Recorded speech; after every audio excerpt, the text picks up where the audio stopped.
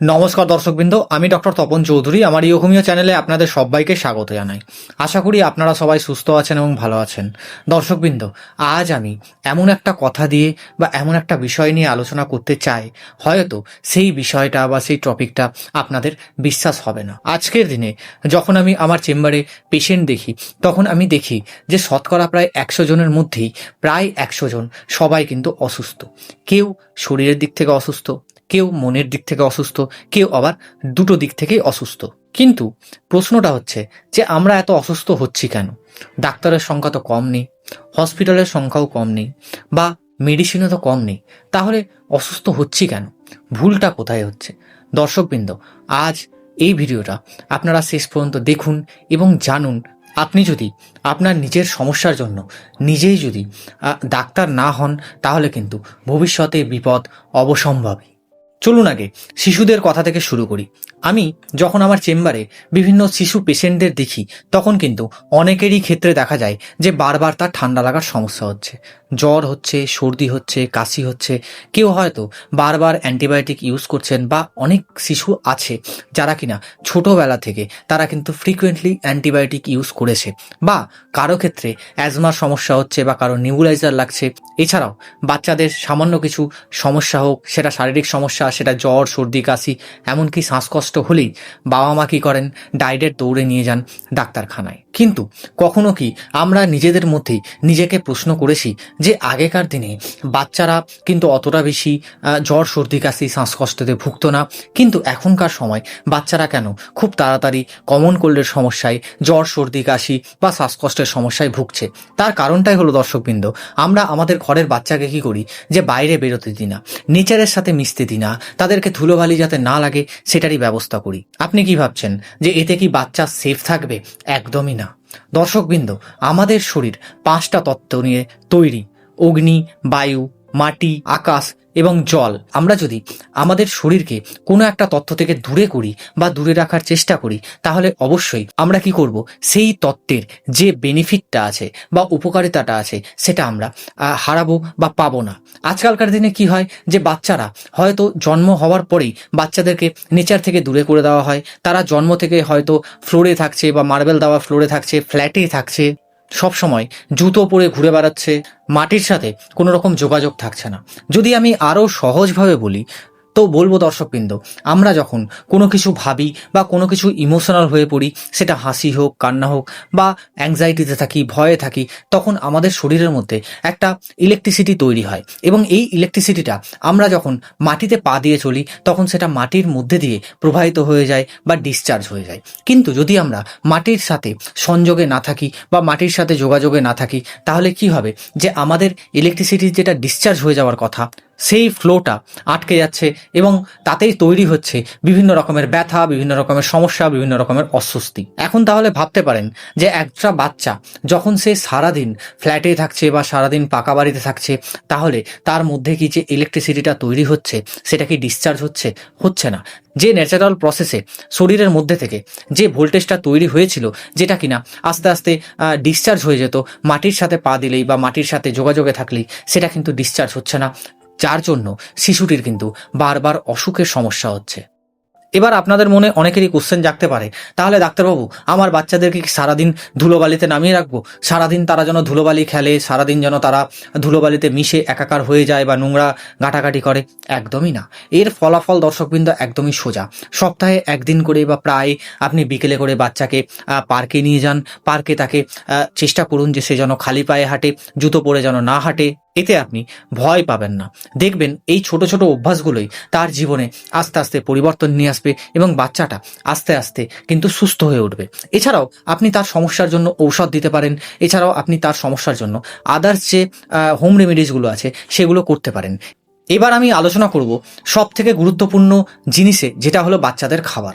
আমি অনেক বাবা মাকে দেখি যে বাবা মা তার বাচ্চারা যদি কিছু জেদ করে, সেটাই দিয়ে দেয়।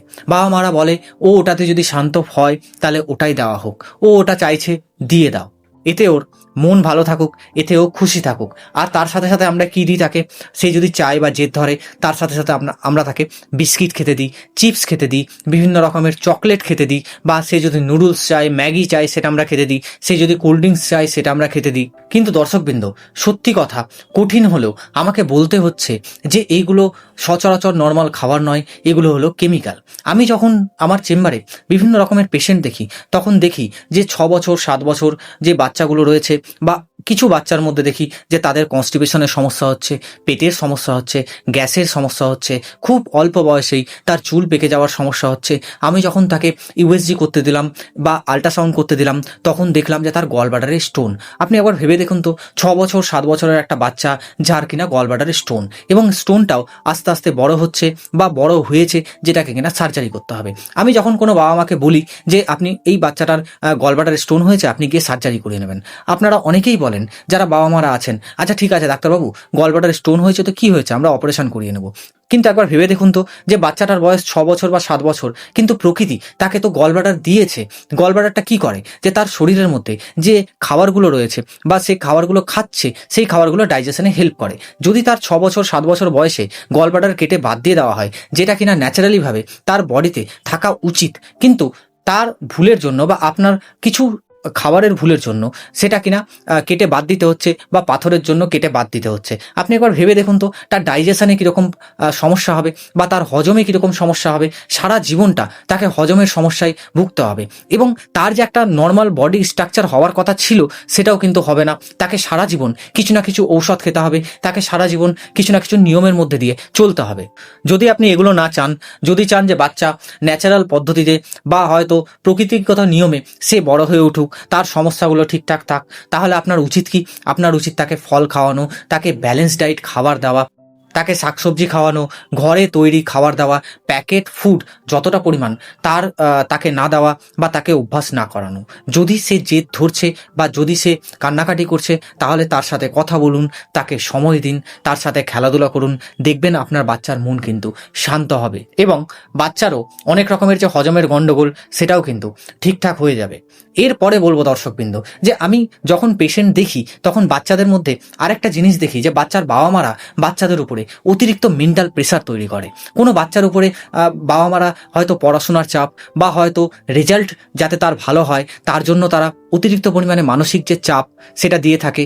এছাড়াও তার বাচ্চাকে ফোর্স করা কোনো একটা জিনিসে করানোর জন্য, বা হয়তো সে চাইছে না যে সে কোনো একটা খেলাধুলা করবে বা কোনো একটা টিউশনে ভর্তি হবে, আপনি তাকে ফোর্সফুলি তাকে ভর্তি করছেন। এছাড়াও আপনি অমুক বাচ্চার সাথে বা তমুক বাচ্চার সাথে আপনি তুলনা করছেন, যে তুই ওর মতো হলি না কেন, তুই ওর মতো রেজাল্ট করছিস না কেন, এভাবে আপনি তুলনা করছেন। এই যে আপনি বাচ্চাটার উপরে চাপ দিচ্ছেন বা মেন্টাল প্রেসার দিচ্ছেন, আপনার কি মনে হচ্ছে যে বাচ্চাটা চাপ নিয়ে সহ্য করছে? একদমই না। আজ সে হয়তো চুপচাপ সব কিছু সহ্য করছে বা সব কিছু শুনছে, কিন্তু একদিন সে যখন বিস্ফোরণ হবে, বা তার মনের যে অবস্থা, সে যখন মুখ দিয়ে বলবে, বা তার মনের যদি কোনোদিন বিস্ফোরণ হয়, সেটা কিন্তু একটা বিপদ ডেকে আনবে। অনেক বাবা মা বলেন যে, জানেন ডাক্তারবাবু, আমার বাচ্চারা না আগে খুব ভালো রেজাল্ট করতো, আগে খুব ভালো পড়াশোনায় ছিল, আগে খুব ভালো সে মনে রাখতে পারতো পড়াশোনা, এখন কিন্তু তার পড়াশোনার দিকে মন নেই, সে কিন্তু অন্যদিকে চলে যাচ্ছে, সে বেশি ফোন ঘাঁটছে, সে বেশি খেলাধুলা করছে, সে আর আমার নিয়ন্ত্রণের মধ্যে থাকছে না। দর্শকবৃন্দ, আপনাদের এখানে বোঝা উচিত যে আপনি তার ব্রেনটাকে আদৌ কি ঠিকঠাক হতে দিয়েছেন, না ব্রেনটাকে ভেতর থেকে ভেঙে দিয়েছেন। সুখী ব্রেন কিন্তু শিখে, বা নতুন নতুন জিনিস সে শিখতে চায়, কিন্তু যদি চাপা ব্রেন হয় বা সে দুঃখী ব্রেন হয়, তাকে বারবার আপনি চাপ দিচ্ছেন, ফোর্স করছেন, সে কিন্তু একদিন ফেটে পড়বে, বা সে কিন্তু একদিন বিদ্রোহ করবে। এই সময়টায় আমার একটা কেসের কথা মনে পড়লো। আমার কাছে একটা ছেলে এসেছিল, যে কিনা মাধ্যমিক দেবে এবার। তার বাবা তাকে নিয়ে এসেছিলেন।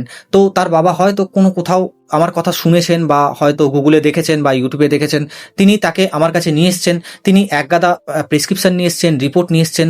তিনি আমাকে বললেন যে, ডাক্তারবাবু একটু দেখুন না, ছেলেটার কেন বুকে ব্যথা হচ্ছে, কেন ছেলেটা পড়াশোনায় মন দিচ্ছে না, কেন ছেলেটা বারবার অসুস্থ হয়ে যাচ্ছে, আমি বারবার নার্সিংহোমে ভর্তি করছি, হসপিটালে ভর্তি করছি, টেস্ট করাচ্ছি, কিন্তু টেস্ট সব কিছু নর্মাল বেরোচ্ছে। আপনি কি এটাকে সারাতে পারবেন?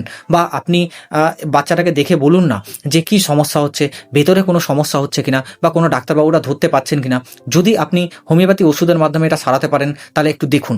আমাকে খুব নিবেদন করলেন, আমি বাচ্চাটার সাথে কথা বললাম বা ছেলেটার সাথে কথা বললাম এবং প্রয়োজনে আমি তার বাবাকে বাইরে বের করলাম। বের করার পরে আমি যখন তার সাথে কথা বললাম তখন ছেলেটার মধ্যে একটা চাপা যে একটা ভাব, সেটা কিন্তু আমি লক্ষ্য করলাম।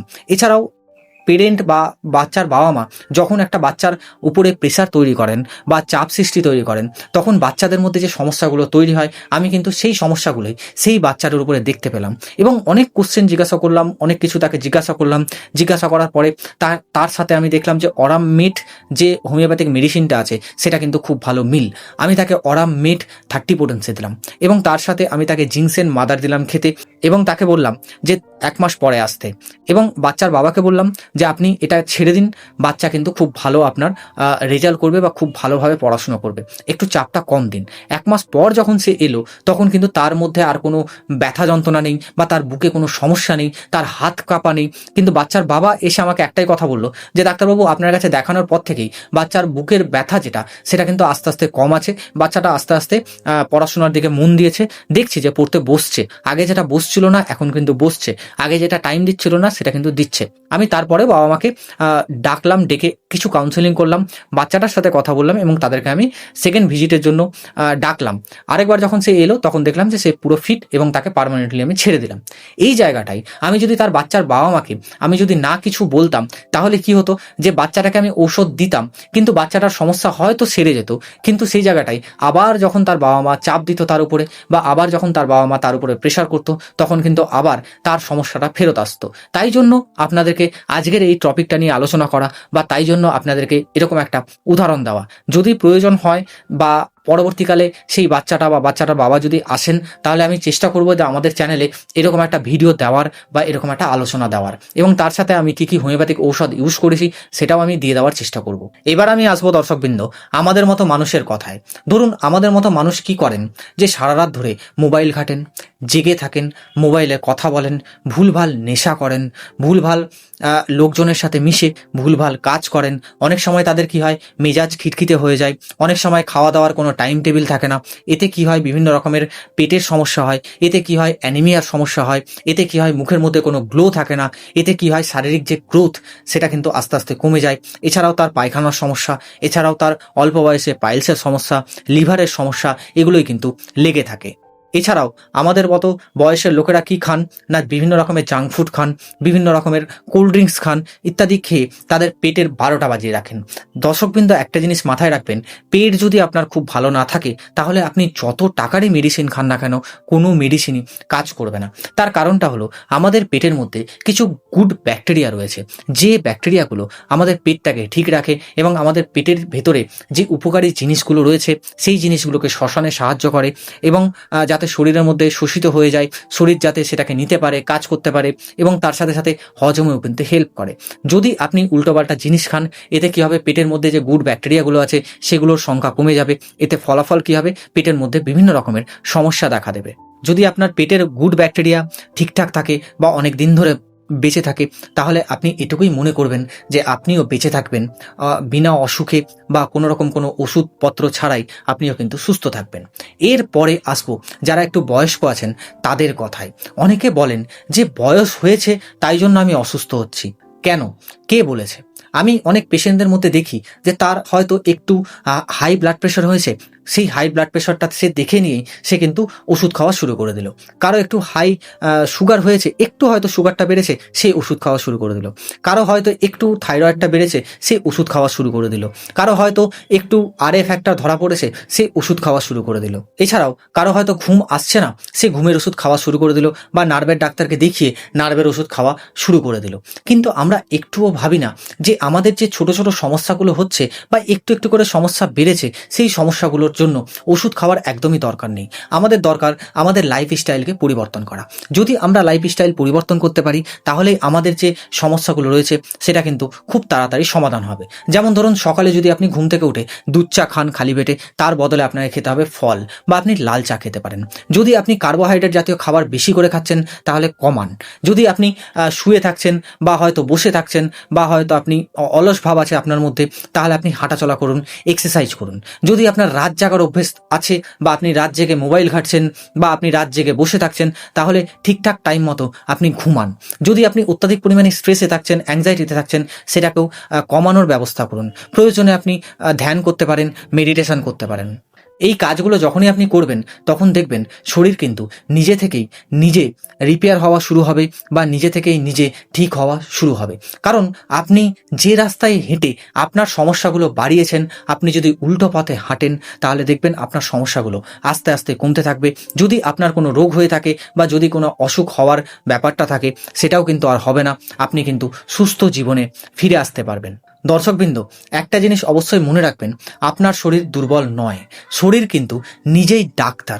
আপনি যদি শরীরকে একটু সময় দেন, কিছু নিয়ম মেনে চলেন, তাহলে শরীর নিজেকে নিজেই ঠিক করবে, বা ঠিক হতে সাহায্য হবে। শুধুমাত্র আপনার দরকার ভয় কমানো, শুধুমাত্র আপনার দরকার প্রকৃতির নিয়ম মেনে চলা, শুধুমাত্র আপনার দরকার ঠিকঠাক সময়ে ঘুমানো, শুধুমাত্র দরকার আপনার শরীরের জন্য ফ্লুইড ব্যালেন্স মেনটেন করা, বা ঠিকঠাক পর্যাপ্ত পরিমাণে জল খাওয়া। আপনি চেষ্টা করুন আপনার মন ভালো রাখতে, দেখবেন যে আপনার সমস্যা আস্তে আস্তে কমতে থাকবে। আজ আপনি যদি নিজের ডাক্তার নিজে না হন, তাহলে মনে রাখবেন আগামীকাল কিন্তু সমস্যা আপনাকে নিয়ন্ত্রণ করবে। এবং যদি আপনি ঠিকঠাক পথে চলেন, তাহলে আপনার ক্ষেত্রে কোনো ঔষধ লাগবে না। যদি আপনি ঠিকঠাক পথে না চলেন, তাহলে আপনি লক্ষ লক্ষ টাকা খরচা করবেন, লক্ষ লক্ষ টাকার আপনি ইউএসজি করবেন, বিভিন্ন রকমের টেস্ট করবেন, ঔষধ খাবেন, কিন্তু আলটিমেটলি আপনি কি সুস্থ হতে পারবেন কি? আপনি ঠিকঠাক নর্মাল লাইফে ফিরে আসতে পারবেন কি? আশা করি আপনারা পারবেন না। আশা করব দর্শকবৃন্দ, আজকের যে এই ভিডিও বা আজকের যে টপিক আপনাদের খুব উপকারে এসছে বা ভালো লেগেছে। যদি ভালো লাগে বা উপকারে আসে, অবশ্যই ভিডিওটা লাইক, কমেন্ট এবং শেয়ার করবেন। যদি আপনি এই চ্যানেলে নতুন হন, অবশ্যই চ্যানেলটা সাবস্ক্রাইব করে পাশে থাকা বেল আইকনটা প্রেস করে দেবেন, যাতে কিনা যখনই আমি এরকম ইনফরমেটিভ কিছু আপলোড দেবো, তখনই যেন আপনার কাছে দ্রুতই নোটিফিকেশনটা পৌঁছে যায়। ভালো থাকুন, সুস্থ থাকুন, দেখতে থাকুন ইয়োগমিও চ্যানেল। দেখা হবে আবার নেক্সট কোনো আলোচনায় বা নেক্সট কোনো টপিকে। আজকের মতো ধন্যবাদ, নমস্কার।